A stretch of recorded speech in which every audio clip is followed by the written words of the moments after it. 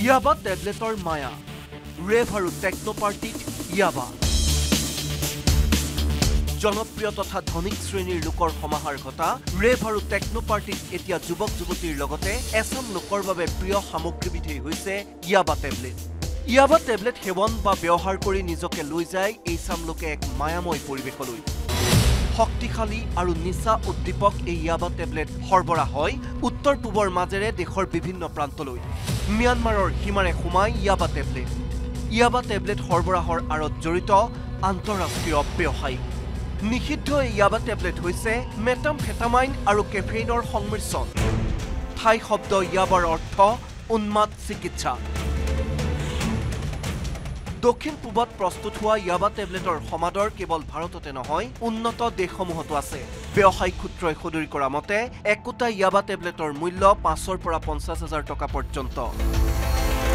উল্লেখযোগ্য যে অসম আৰক্ষীয়ে বিগত এটা বছৰতে অসমত ৩০০ কোটি টকা মূল্যৰ ইয়াবা টেবলেট জব্দ কৰিছে। অসম ত্ৰিপুৰাত এবছৰত জব্দ কৰিছে প্ৰায় ৭০০ কোটি টকা মূল্যৰ ইয়াবা টেবলেট।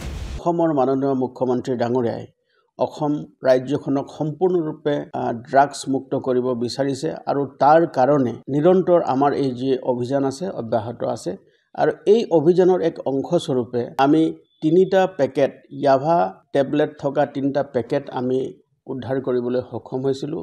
এটা অটো ৰিক্সা আহি থকা এটা অটো ৰিক্সা আমি জব্দ কৰিছিলোঁ আৰু এই অটো ৰিক্সাখনৰ যি চালক আছিলে তেওঁৰ নাম আছিলে সাদিক আহমেদ বৰভূঞা এলিয়াছ ৰিংকু, তেওঁৰ ঘৰ কনকপুৰত। আৰু যেতিয়া আমি সেই অটো ৰিক্সাখনক আমি যেতিয়া খান তালাচী চলাওঁ আৰু তালাচী কালত এই ৩টাকৈ পেকেট ৩০,০০০ ইয়াবা টেবলেট থকা ৩টা পেকেট আমি জব্দ কৰিবলৈ সক্ষম হ'লোঁ।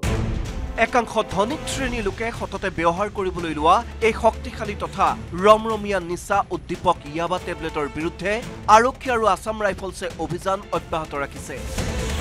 মূলতঃ কাছাৰ আৰক্ষীয়ে বিগত ২ বছৰত নিচাযুক্ত ইয়াবা টেবলেটৰ বিৰুদ্ধে অভিযান চলাই বিশেষ সফলতা লাভ কৰিছে। চোৰাং বজাৰত ইয়াৰ মূল্য কেইবা কোটি টকা হ'ব আৰু আমি প্ৰাৰম্ভিক তদন্তত যিখিনি আমি কৰিছোঁ প্ৰাৰম্ভিক তদন্তত দেখা গৈছে যে এই যিটো কনচাইনমেণ্ট আহিছিলে ড্ৰাগছৰ যিটো কনচাইনমেণ্ট আহিছিলে এই চুবুৰীয়া ৰাজ্যৰ পৰা আহিছিলে আৰু আমাৰ জিলাৰ মাধ্যমেদি বহিৰাজ্যলৈ লৈ যোৱাৰ পৰিকল্পনা আছিলে বুলি আমি গম পাইছিলোঁ। আৰু আমাৰ এই অভিযান কালত যি চালকজনৰ লগতে অটো ৰিক্সাখনকো আমি এৰেষ্ট কৰিছোঁ আৰু যাৱতীয় আইনগত ব্যৱস্থা আমি লৈছোঁ। এই নিষিদ্ধ ইয়াবা টেবলেটৰ আঁৰত জড়িত আন্তঃৰাষ্ট্ৰীয় তথা আন্তঃৰাজ্যিক চোৰাং চক্ৰটোক উৎখাত নকৰা পৰ্যন্ত এই নিষিদ্ধ ব্যৱসায় বন্ধ হোৱাৰ সম্ভাৱনা কম। এই ক্ষেত্ৰত মুখ্যমন্ত্ৰী হিমন্ত বিশ্ব শৰ্মাই লৈছে কঠোৰ পদক্ষেপ। শিলচৰৰ পৰা অনিৰুদ্ধ লস্কৰৰ সৈতে বিজু কুমাৰ ডেকাৰ report news 18 Assam north east.